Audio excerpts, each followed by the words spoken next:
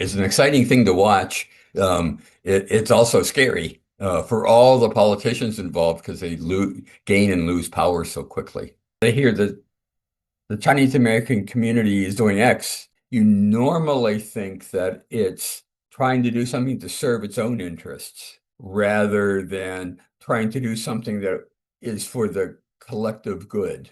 Not have your cell phone on all the time, but to step out into your community and interact with people in real time, in real human life.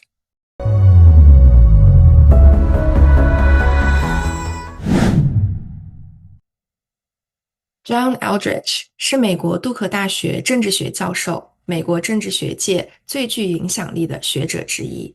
他在美国国家选举研究顾问委员会任职20余年，还曾参与卡特中心的中国项目工作。Thank you for speaking with us today, Professor Aldridge. Thank you for having me join you.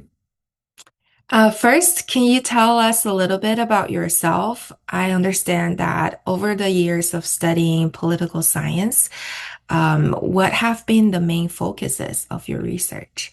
I have been a professor, well, for 50 plus years now, and the last 30 of almost 40 of them at Duke University in political science the whole time. My primary research focus has been on American politics and democratic institutions generally. But in addition, I've done some what we call comparative politics, looking how different places do similar things, for example.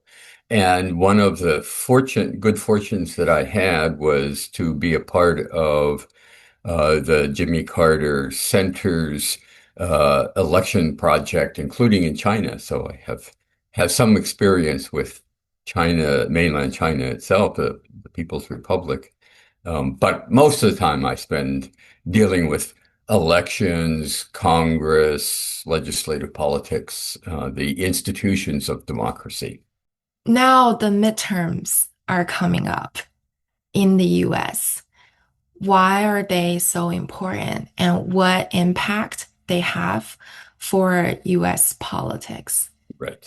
So just to set the context a little bit, we have nationwide elections for our lower house called the House of Representatives in Congress every 2 years. All 435 representatives are up for election every 2 years. The Senate is every 6 years, so it's sort of staggered. But the full House is up, half the time. So is the president's running for election or re-election. The other half the time, not. This is not. It's called the midterm, halfway in the middle of the president's term.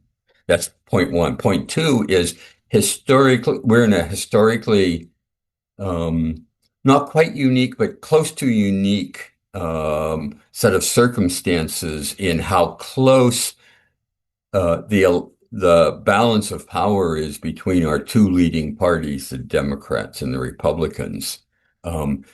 Every election is, since for the last 40 years, have the nationwide total of votes is very close between Democrats and Republicans, and it doesn't take much to shift from one party to the other to have control of the House of Representatives to change the presidential election. I mean, just look at our presidents. We had, Obama winning his second term in 12, and then Trump won his first, then he lost to Biden, then he won again, and they were all very close to 50-50. The same thing is true in the House. It shifts back and forth very often. And this is a time when the Democrats have a real chance of capturing at least the House of Representatives, a majority, and thereby having control of, 1/3 of the three important elected bodies at the national level. And they might be able to win enough votes to win enough elections to carry the Senate as well, in which case the whole Congress was. And this happens quite often. So to go back to Obama, in in 2012, he had he had first 2 years he had Democrats controlling Congress with him, and then 2 years later the Republicans won both chambers and opposed him. Trump had the Republican Party, his party, in control of the entire Congress when he first came in 2016, and then 2 years later he lost control, and the Democrats had control of Congress. Biden in 2020, he won election, had Democrats had control of the Congress, and then he lost it 2 years later. May happen again with Trump. Has control of both houses of Congress. He may lose one or both of them again. So it's always going back and forth, and that's why. And so that's why it's an exciting thing to watch, because it's close, and it makes a big difference. Trump's ability to get as much as he has accomplished over this year and a half so far will be set back dramatically as what he can do unilaterally. Congress, with the Democrats in control, will have a big say in what Trump is able to accomplish, or how he won't be able to accomplish, and Congress will reassert its position as the main legislative body in the country. Mm. So there's big things at stake. It's close, and it's big differences in the outcome. So it's an exciting thing to watch. It's also scary for all the politicians involved, because they gain and lose power so quickly. Mm. So it is very impactful for what's going to happen in terms of US policies and the society in general. Right. So we want to talk a little bit about how Chinese American participate in the US politics. There are roughly about 5.5 million people of Chinese descent in the US, according to some research, making them the largest Asian American group, with 60% of them are immigrants and nearly a half of them are eligible voters. However, Chinese Americans have really held significant federal offices, and in national elections, they've not really played decisive roles. Do you think that's correct? And why do you think Chinese Americans remain so underrepresented politically? And why have groups like African Americans or Hispanic communities, they gradually built their own political power, whereas Chinese Americans have struggled? Mm-hmm. Yes, I think there's several reasons that we should think. One of them is that while there are a lot of Chinese Americans, it's still a small percentage of the total. So Blacks, African Americans make up about 12%, and that's 25 million as compared to 5 million or so Chinese. Latinos they're even more than African Americans. So one thing is just the size as a voting block, a potential voting block. Second is, there has been, Chinese in-migration for a very long period of time. And it's been spread over the country. I mean, literally from coast to coast. San Francisco has a large population, New York has a large Chinese population, and lots of places in between, including in the Research Triangle in North Carolina, where I live. And so they're dispersed, and so they don't make up as big a percentage as, for example, African Americans who were, because they were slaves, we're concentrated in the deep South, southern states. And then when they were free and able to migrate, they went to the big cities. And so they've concentrated a larger share of the vote. So they're able to have a larger impact for those reasons. But there's a third, African Americans, 100, 200, 300 years of slavery, forged an identity for all African Americans, whereas there was a lot of different reasons that Chinese came. I mean, originally it was in to escape poverty in emperor-led China, but they also were concentrated in low pay jobs and building railroads and that sort of thing on the West Coast. But since then, there's all kinds of reasons. A great number of our Chinese Americans in where I live in the Research Triangle have work in high tech. They are professors in our universities, my university as well as others. And so there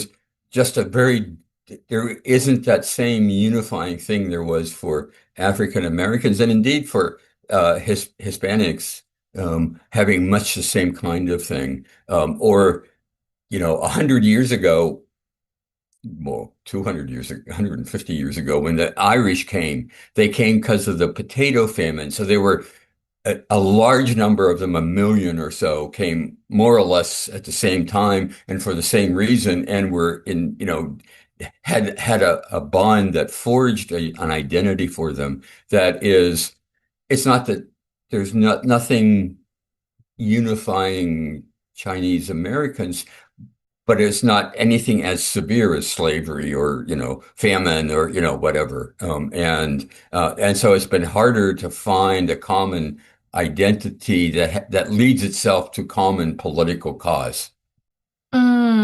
More divided between Democratic and Republican parties than the minorities we've been talking about, who are very heavily Democratic.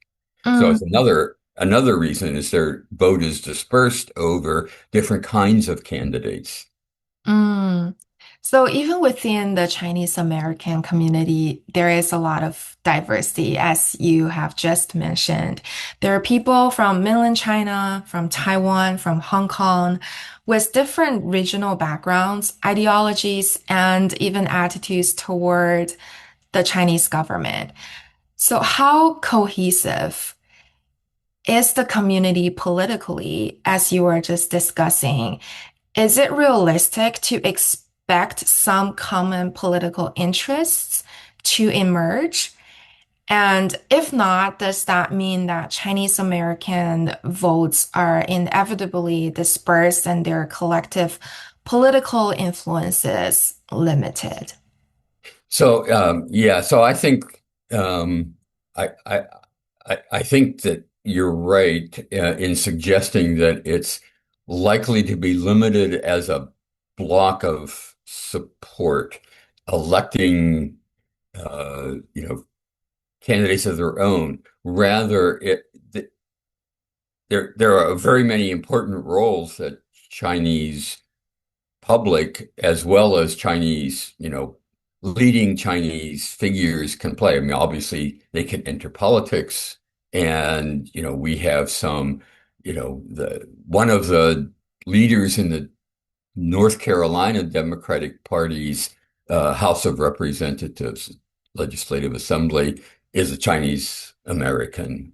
She's like second or third in command. I mean, it's very important, and they play an important role in local politics, the politics relevant for Research Triangle, where I live, and North Carolina, the state in which that's embedded.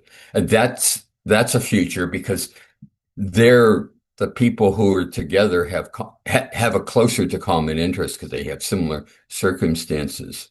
And in some ways, So the other thing would be to figure out how you can go from 5 million to 25 million. Can you find allies? People try to say, Asian Americans, but if you think Chinese are diverse, all of Asian Americans are very diverse. And it's really hard to put that together. But if I were a Chinese political leader trying to get more influence for the Chinese community, I would look for allies, which need not necessarily be other Asians, but somewhere find allies to increase the leverage in the vote, but also to speak out, have issues that resonate with the Chinese community, but also matter to a larger fraction of the American public.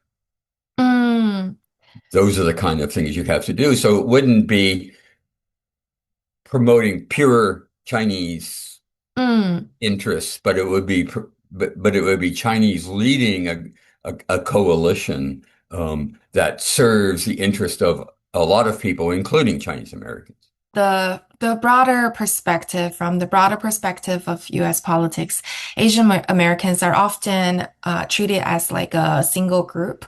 And as you mentioned, there is significant diversity and, different divisions.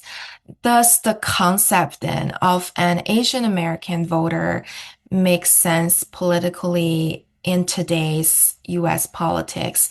Can Asian American voters ever act as a unified political force?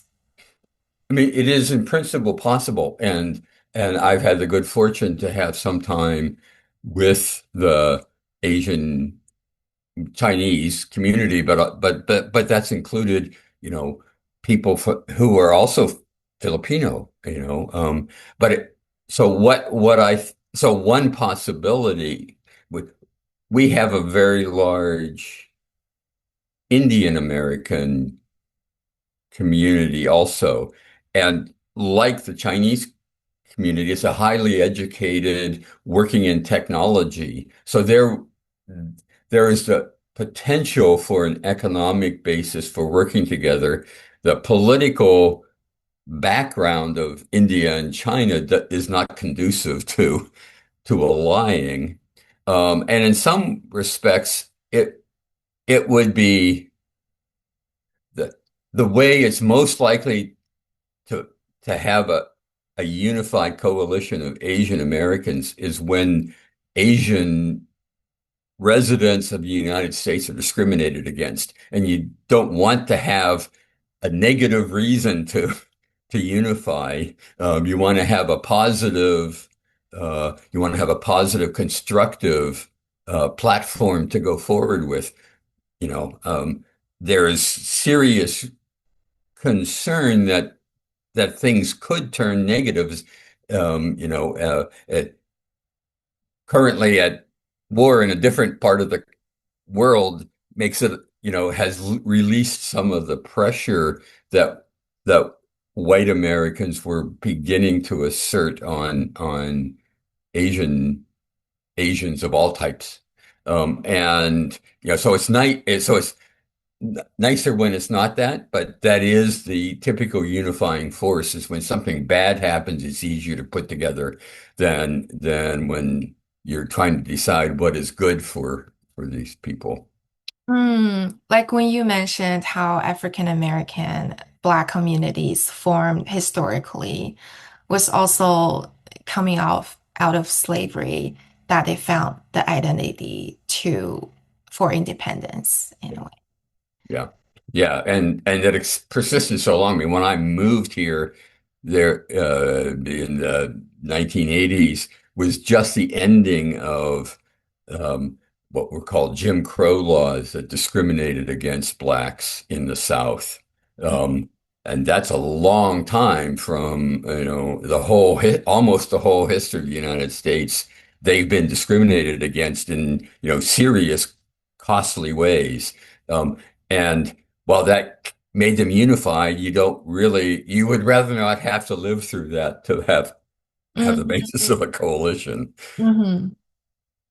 So you mentioned that grievance has been one of the most strongest political forces or internal forces for people to vote or even to form a common interest. What's your observation of how this could play in the Chinese American communities or the larger Asian community? As he liked to say, President Obama pivoted from Europe and the Mideast to China, and it didn't work out all that. I mean, things were fine, but the pivot was incomplete. But as we do so, and as we have tensions with Xi Jinping and the Chinese government, um, uh, that is often revealed in discriminatory behavior in the sort of general public on the streets.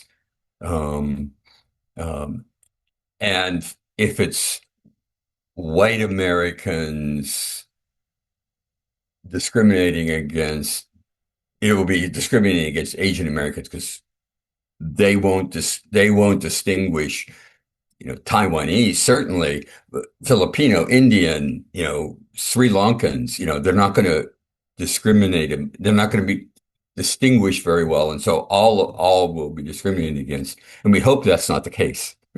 We would like that not to be the case.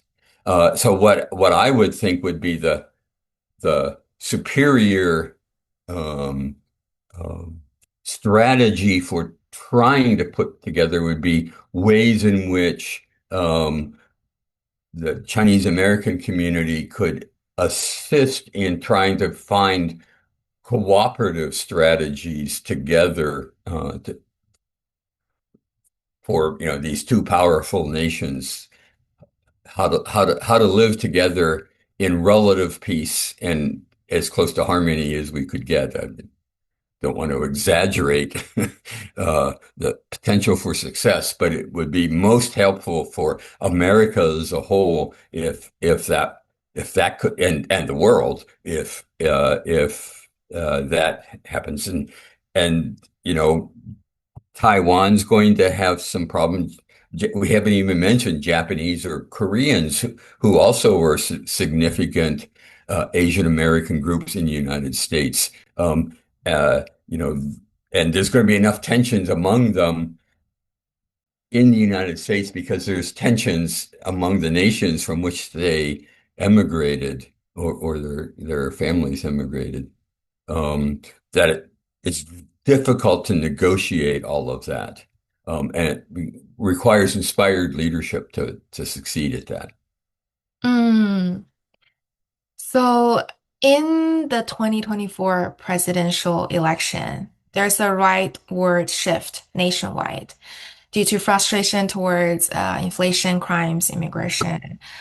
According to an article that New York Times put out, it says the drop in support for Democrats has been particularly noticeable among Chinese Americans, whose support for the Democrat presidential candidate fell to 53% this election from over 70% in 2020. Um, and Pew Research says that 4 in 10 Asian voters cast ballots for Trump, up from 30% in 2020. We also saw the rise of groups like Chinese Americans for Trump and strong pro-Trump sentiment on Chinese language social media. However, since 2024, there appeared to be a growing significant division within the Chinese community, even among pro-Trump groups, such as documented New York local media have done extensive interviews showing that Chinese people are more dissatisfied with policies such as proposals to end birthright citizenship, tariffs, cuts to education, and recent polling suggests declining support for Trump, especially among Asian Americans. Why do you think Chinese Americans shifted right in the first place? And what explains this following division within the community since 2024, since Trump took charge. And Chinese Americans that used to be relatively unified in voting patterns now has become a more divided community in terms of the voting patterns. Would you agree to that? And can you explain also in light of the current US political climate as well? So I think one of the so it let me start with one observation, which is that presidential elections have become and national elections have become ever more dominated by who the presidential contenders are, the two nominees, shapes it more. So it's not necessarily, well, it's often, you often say that, not you, but everybody says that, people who voted for the Republicans moved right. The effect of their vote may be helping the right wing, but they actually moved to a candidate that they thought they liked. They didn't change their ideological position. And it goes back and forth. I mean, if you go back to 2016, to 2020, there was a big movement towards Biden from Trump, who would basically split evenly with Clinton. And so it's swinging back and forth based on who the two candidates are. That's one. And the second thing is that national politics generally has become more consequential, even for local voting at the state level, voting at the city, county levels. And even if it's all based on national issues and national personalities. And so you see much bigger swings in a lot of places. And so that's and it's based on who the particular characters are. And so if Trump is unpopular, it's going to look like everybody is moving to a more liberal position. Well, they may be supporting more liberal candidates, but they're moving away from Trump, rather than changing their ideological stance and what policies they really want. Second part of this is that since the Chinese community was more diverse, it has also typically had fewer people on the extreme right or the extreme left. They tend to be clustered more towards the center. I mean, there were liberals, but they tended to be moderate liberal. There's conservative; they tend to be more moderately conservative than other groups. Plus, there are lots of moderates, and so if things move, they cross over the boundary between voting Republican and Democrat to Republican relatively easy because they're not that far from the boundary, as opposed to people who are way out the extremes who can become really dissatisfied, but aren't going to change who they vote for because they're so far from the other party. So, even on Chinese social media like WeChat, we've seen this growing division among, it's more polarized in a way. Do you think the US society is going towards the same direction as well? Can you sort of elaborate on, since Trump took charge in 2024, what was the political climate among voters, among residents living in the US?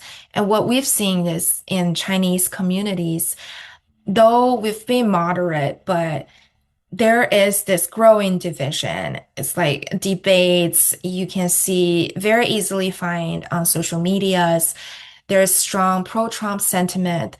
There's also strong against Trump sentiment, which is kind of not seen as before. Right. So there's sort of three parts to it. One of them is that a change that has happened over time in the overall electorate everywhere is that in the past, this typical person might have been, you know, moderate liberal, but they had some conservative, they agreed with Republicans in some issues, and they, even though they were mostly Democratic. Over time, it's called sorting. People and the parties and the leaders have changed such that even if you're a moderate Democrat, let's say, you're always on the Democratic side. You no longer have any overlap with Republicans, and that's the same on the Republican side with the Democrats. You've sort of chosen a side, and everything is lined up. You may not be very extreme, but the other party is never, you don't agree with the other party on anything. And that breeds negativity. They're always wrong. What's the matter with these people, right? And it makes you more intensely emotional against. And the data are pretty clear in this. People don't love their party any more than they used to, but they really dislike the opposition. That's one. Second is that candidates play and office holders play up on that. And that's been a change that started in the 90s, but it gets worse and worse. And they use stronger and stronger negative language, more emotionally charged, more nasty, if you will, language than they ever used to.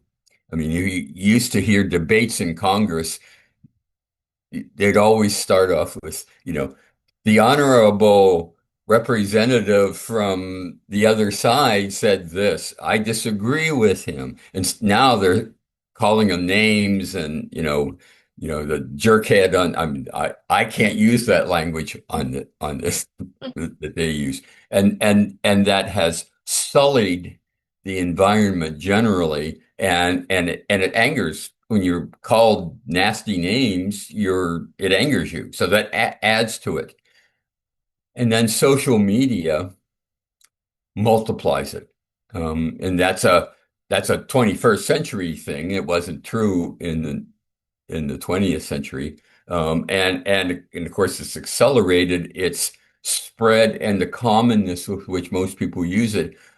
So many fewer people watch the TV news now, even Fox, their ratings, it's a tiny fraction of the public who watches them. They're much more likely to pick it up on their, X feed or, Facebook or whatever it is that they use, TikTok, and so on. And that's even further emotionally charged. So it's not that people have decided that they want to become, socialists or fascists. Rather, they decide that the other side is a fascist or the other side are socialists. And it's just a much more emotionally charged, even though people haven't become on where they stand and what the appropriate policy is changed a lot. So these things have come together in a hothouse that has changed them. There's one other thing, which is where the Chinese American community might be able to reason from the position, which is that there are relatively few people who are in the country who change sides.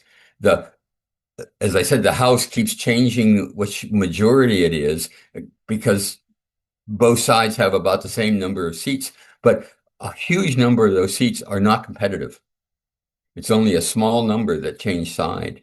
And so politicians have learned it's more important to get high levels of participation from your supporters than it is to try to win supporters from the other side. It's harder to win them from the other side than it is to get your folks to turn out at higher proportions. The Chinese American community is one of them that is one of the few ones that is potentially swing and we could go from either side, and is therefore, you can appeal to either side and get And that's a way of trying to develop political strategies that makes you different from Chinese Americans, different from other communities. There's no point in Republicans really trying to get, the typical black voter to vote for them. There's no way in the world that a Democrat is really going to win very much support out of MAGA Republicans. Mm. So would you say that with the technology, the social media, and now even with AI, right, coming Yeah, forth, yeah. um, would you say that people, the voters' participation are more leaning towards the emotional charged direction instead of really looking at um, policies and the partition, like the traditional way of voting in terms of partisan decisions, right? Is that a correct Yes, statement or? yes. That is. And that's because that's the thing that varies, right? People understand that if I've become a Republican, on policy, there's not much reason to study what the Democrat stands for, right? On policy. I'm not going to learn much because I know already that I oppose them. And it's just a question of how strongly and how much I'm willing to do. Am I willing to take the effort to turn out? Am I willing to give money to the candidates? Am I willing to go, to rallies for the candidates? Um, and those are more decisions about the strength of your opinion rather than what the opinion is how strongly you hold it. And that's an emotional kind of thing. Mm, And it was discovered long before there was social media that negative advertising was more effective in the short term in terms of influencing people than positive. And so candidates and party leaders and people who put together campaign strategies have emphasized negativity in their ads, which was a precursor to the way social media accelerated that into an explosive negativity. Um, mm. Yeah, that makes sense. So Unfortunately, it does. Which it didn't. Um, so going back to the midterms, how might this growing political division within the Chinese American communities affect the US midterm elections? And realistically, do you think it can become an influential voting bloc? If not, why? So I think it will. So it's something I haven't done, but I need to do for class in the fall. And that is figure out where the most competitive congressional elections are and where it overlaps with the Chinese community. Because it doesn't matter in most districts, it doesn't matter very much because those districts are so solidly one party or the other. And so it really matters in the 40, maybe, 50, 60 constituencies and who makes up those constituencies. Um, so I noticed this morning in the paper that a Democrat won a seat in a Florida constituency that was very surprising Mm, in an election. That suggests that you know instead of there being 20 districts that are going back and forth, it maybe is 30 or 40. It's not going to be 435. So you have to pick your spots mm, and see where that community is located and where the districts are that are potentially winnable one way or the other. That's where your influence will be. It won't be in my district, which is so solidly Democrat that it doesn't, you would need to change, a very large fraction of votes to change it.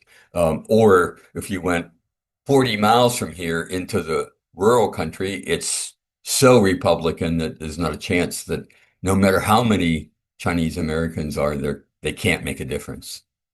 Mm.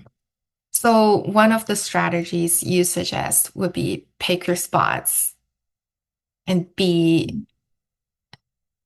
Right. So if you think that the traditional big Chinese communities in San Francisco and New York, Republicans never win inside those two cities. It doesn't matter, and so a lot of your potential votes are diluted in their influence because they're in non-changeable districts. Mm. And what changes do you expect in Chinese American, Asian American voting behavior in terms of midterm elections?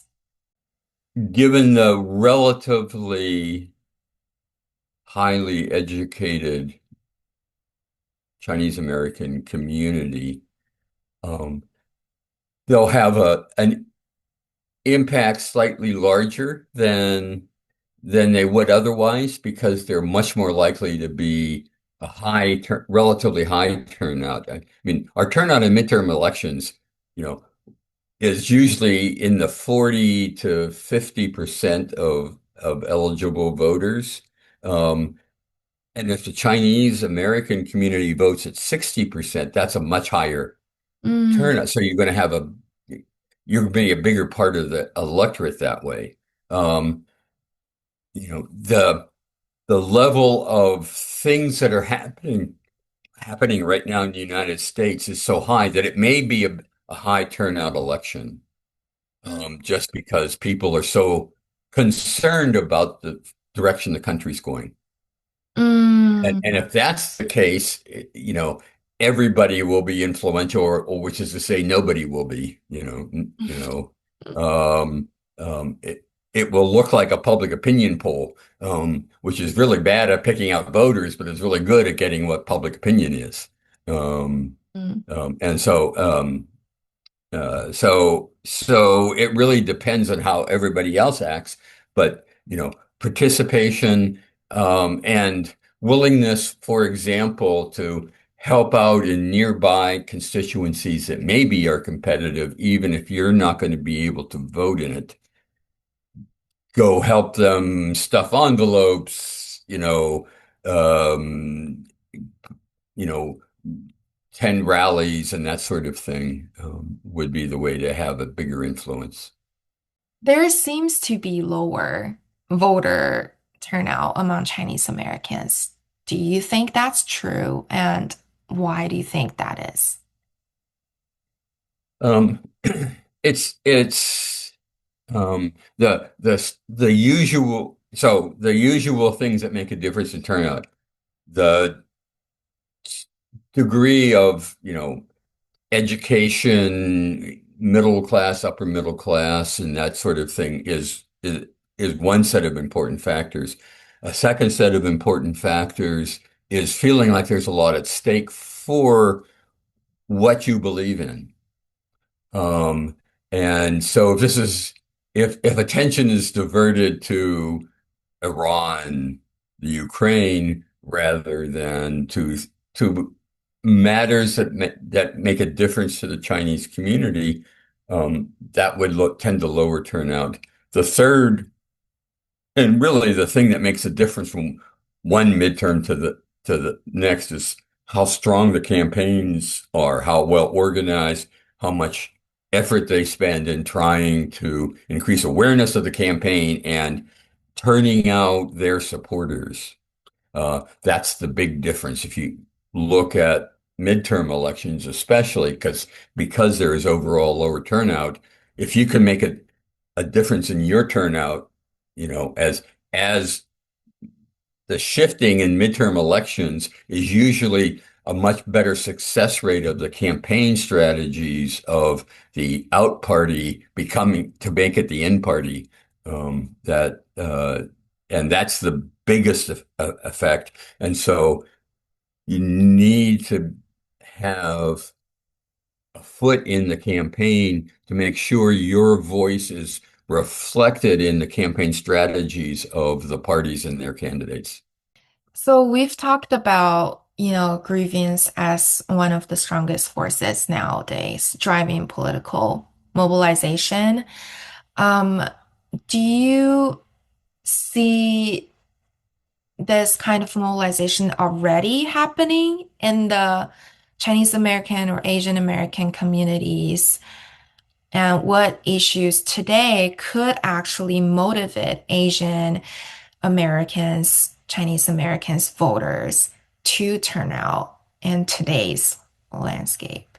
I think it's much more likely to be local issues that are going to make a big difference to the Chinese American community. So the standard education, it's so if what's going to make a difference in their life, right? And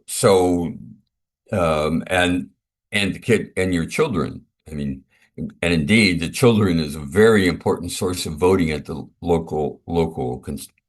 So that and dealing with issues related to housing and employment in the local community, that's where the things that will matter to the Chinese American community more so than changing national policy will in time affect, of course, everybody in the United States, but it takes a while for it to sort of filter down to daily life. So that's one thing. The second thing is, we hope there isn't, war with with an Asian country. So it's and international attention it's not very focused on Asia at the moment, and B, it's less important for people's voting than domestic issues that affect your family, and your family. And so I would say, if I were going to be mobilizing the community, it would be around getting candidates to support what will make a real difference to the Chinese American community. One other thing is there's room for, as you say, newly arrived Americans. It takes a while to integrate into the political system, and one of the geniuses of the 19th century American political party was the machine politics that reached out to new immigrants and brought them into the country and got them established, and helped them. In part, that we involved instructing them in how to be able to be influential in the political system, including voting.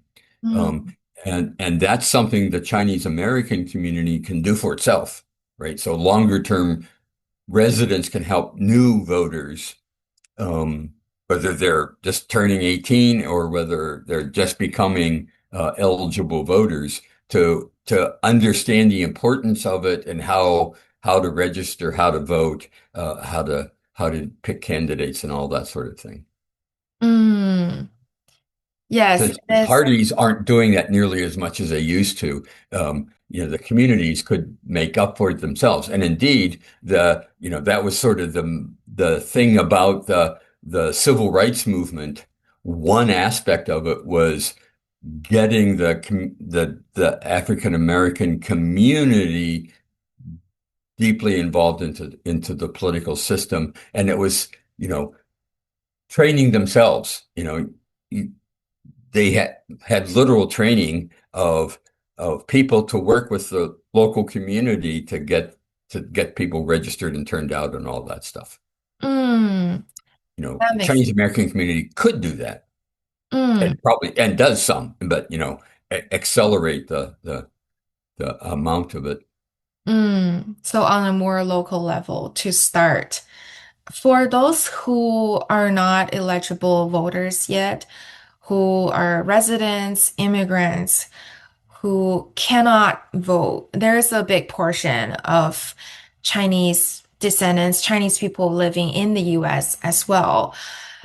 How can they participate in terms of, I guess it's also from the local level that's more, um, So they're interacting with people who are in their community who are eligible voters, um, and um, and as they develop close ties, whether it's with family who've been here longer than them, or through their community organizations, churches, whatever it might um, be there to encourage those who can vote to actually vote, to those who can get involved in other ways, many of which you don't need to be an eligible voter to go cheer on a candidate, to provide a little bit of money or a little bit of your time to work on a campaign.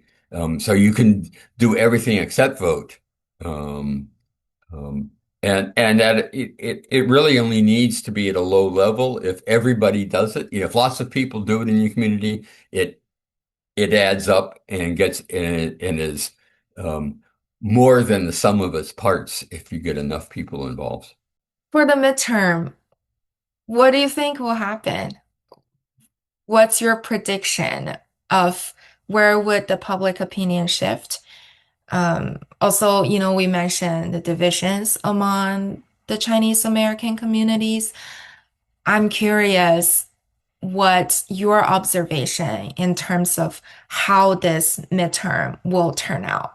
The historical record is that the president's party does worse in the midterm than they did when the president was elected.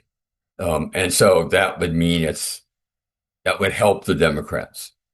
A measure of how things are going for the two parties is how many members of Congress choose to retire, that is, to not run for reelection rather than run for reelection. And that's important in two ways. One is the signal that, this may be a good time for me to retire, kind of means that it's not a particularly good time for me to run for reelection. But the second thing is that it then opens up a seat that doesn't have, a tried and tested true incumbent running for reelection. And so it makes it more vulnerable. And this has gone, there's been a significant number of Republicans. There's always some retirement, of course. I mean, people get old and it's ready to retire, but there's many more Republicans than usual retiring. And that suggests that it's going to be a good time for the Democrats and gives them a larger range of alternatives for them to try to influence it. And the popularity of the president seems to be as low as it's been during either Trump administrations. And so all of that points to a good year for the Democrats and not a good year for the Republicans. And the thing, Congress is so close. The House is like 2 or 3, 4 or 5 seats difference between the two parties, so it won't take much. So it wouldn't be a surprise for the Democrats to pick up 20, 25 seats, from what they had, and that would give them a noticeable majority. It wouldn't be a big majority, but a working majority in the House. The Senate, it was much harder. First of all, it's only a third of them up, so it's only 33-ish, again, 33 or 34, depending what year it is, and I don't remember right now. So it's 33. Um, a bunch of those are not competitive. So we're really down to a tiny handful. If it switches, it's going to be by one or two votes. If it remains in the Republican hands, it's going to be one or two votes. It's going to be very close in the Senate and well under what a filibuster would allow the minority party, whichever one it is, to hinder the majority party from passing legislation. Mm. So you mentioned about primary election that the Chinese American voters can make a difference, and as well as other voters in general. Right. For the midterm, are there ways that people can still make a difference, can still bring impact in terms of it's a lower turnout compared to presidential election, which means you were saying that it could, if there's 60% of turnout among Chinese Americans, then it's a relatively more impactful in terms of, the presidential election later. Yep. So are there any strategies or just, you know, Well, so in addition to what I've already said, the one other thing um, that um, that people who are willing to be really active in politics, even not counting the vote, is that there are sort of two phases of changes in electoral procedures. One is sort of national level, and Trump has been pushing this, what's called SAVE Act, which would change the procedures for voting itself. And those changes tend not to make it harder for people who are sort of marginal to get involved. So one thing, of course, would be to sort of lobby your local, your member of Congress, your senators, to deal with those kind of changes. But there's also been a lot of effort, but Republican Party, and at least around here, in particular, has been really working at getting local election boards and to try to become members of that and so forth. And so there's a concern that they will be behaving in a more Republican direction if they're successful at that. Um, and but shedding light on that, just making sure that people are aware of it, and make sure that it's rule of law holds, and that people stay within the right boundaries, count the votes accurately, all that kind of stuff. The nitty-gritty of elections has a lot of room for citizen involvement. mm. So we actually interviewed one of his Fairmont City Council members whose name is Shao Yang.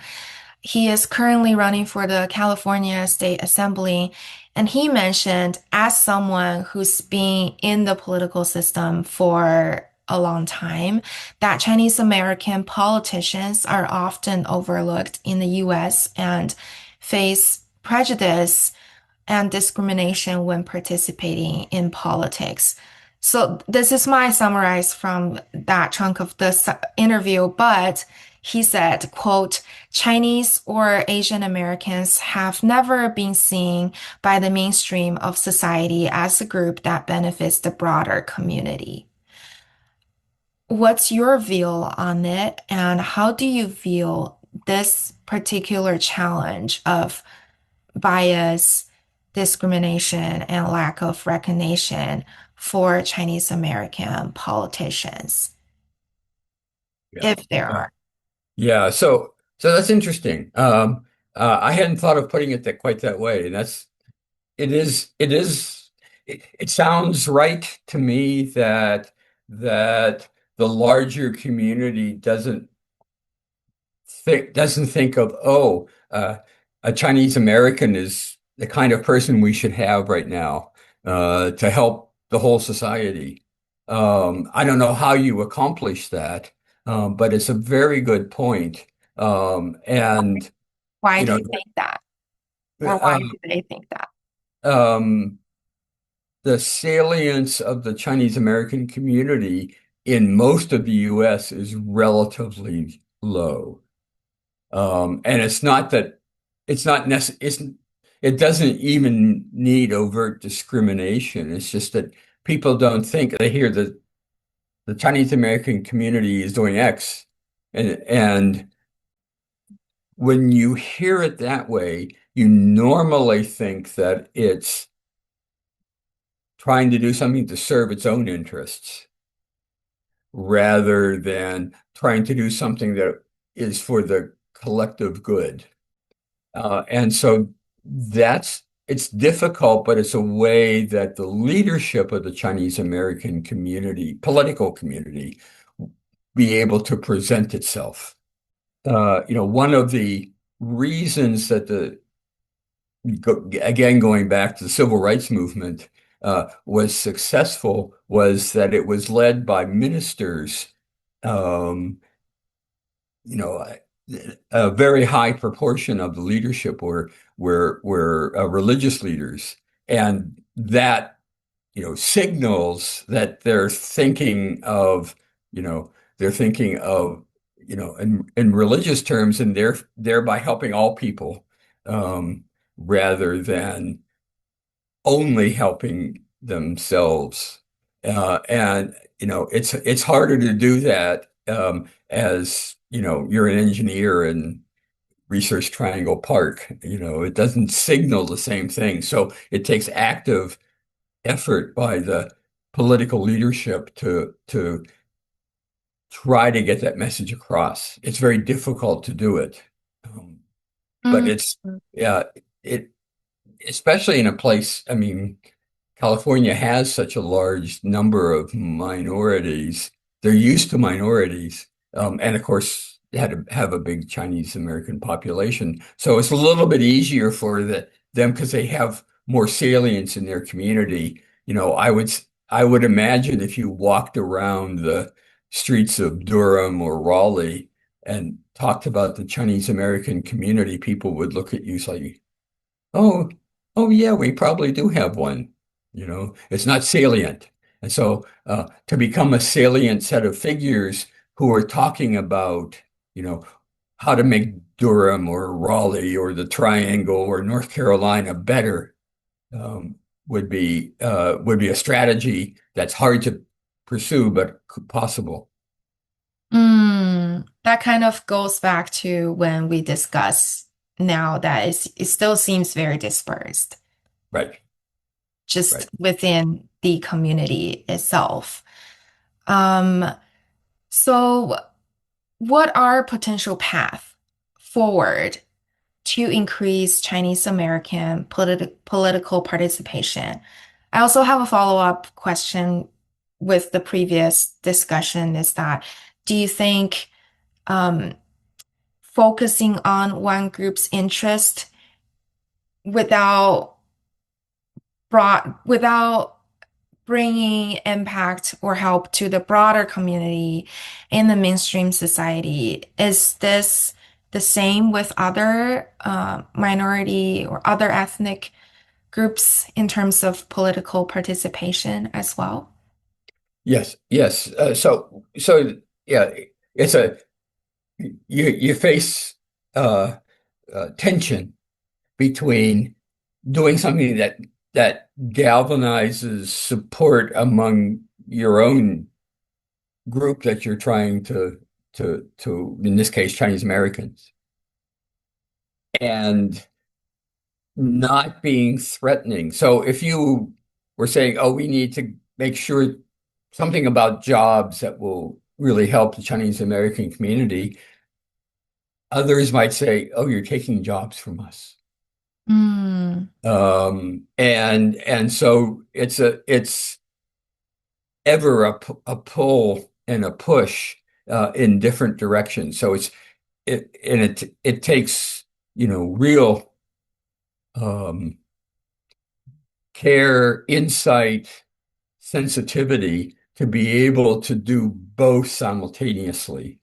Again, I think that's why, religious leaders had an advantage, because they were really important to their community, but people could recognize, a Baptist or a Methodist minister, even if he happened or she happened to be Black, but they're used to that being a source of support for the entire community, doing good in the community. Mm, It's hard to do that. To get back to the example of if you happen to be an engineer in a technology firm, that doesn't immediately say, "Oh, that's going to really help farmers," mm. right? And care about everybody. I mean, it's a question, how do you care about everybody and care especially about people that you need to organize? Are there lessons from other ethnic groups or historical experiences that could inform strategies for empowering Chinese Americans in politics? Yeah, unfortunately, the lessons are it's really hard. Um, For um, example. to go back to, the the the Black community at the turn of the 20th century when they first began real political activism, the NAACP was founded. Um, it took them 40 or 50 years for the NAACP to have its impact that made a real difference in the lives of Black Southerners. It just took a long time. And that was when they had, an easily documented grievance, that was, genuine and rightful on their side.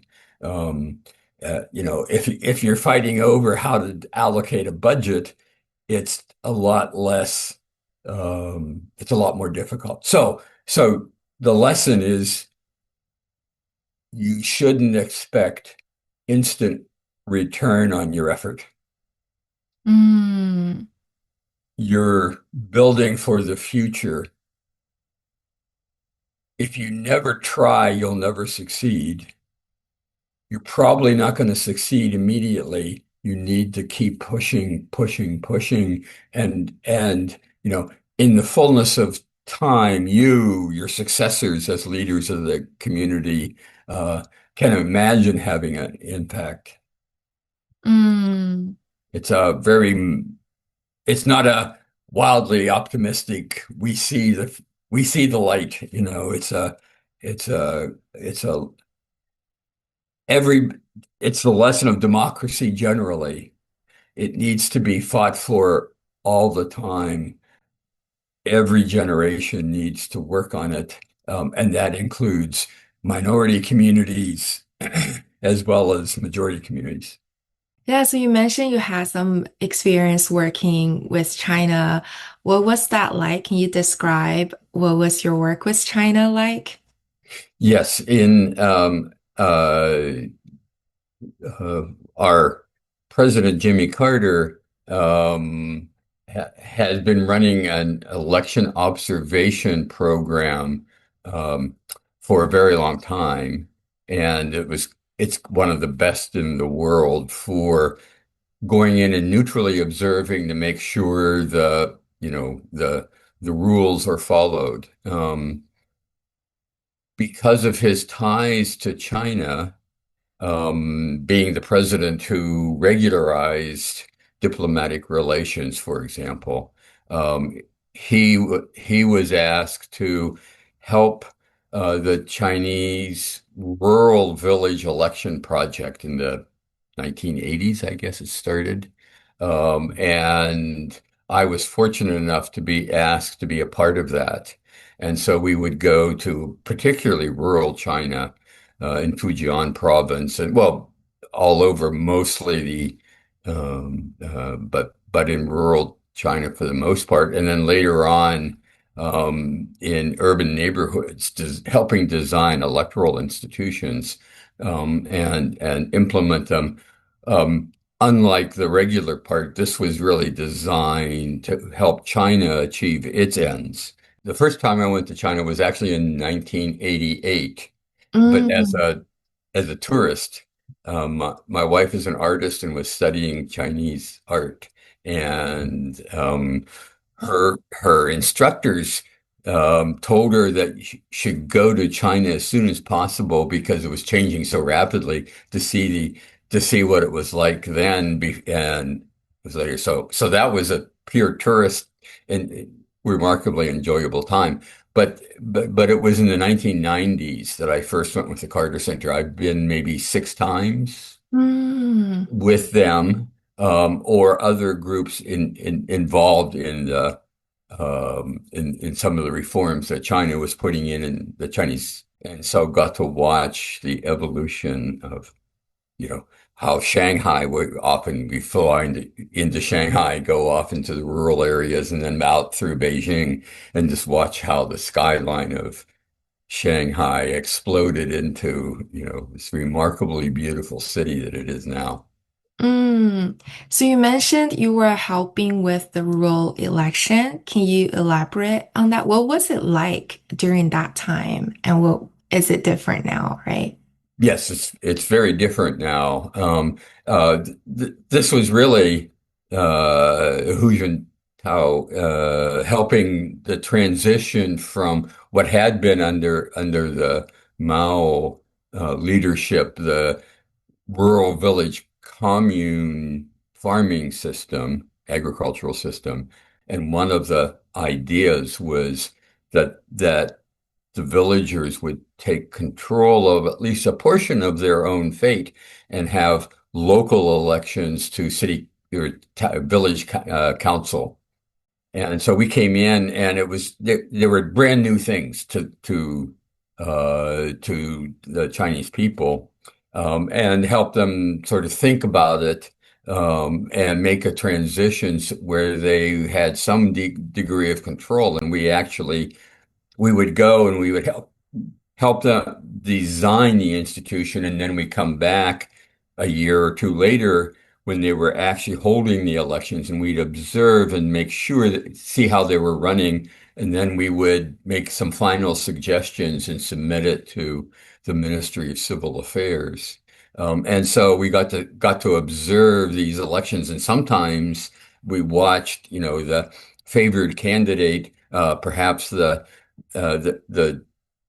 people, the CCP was allowed to have one candidate per seat, but no more.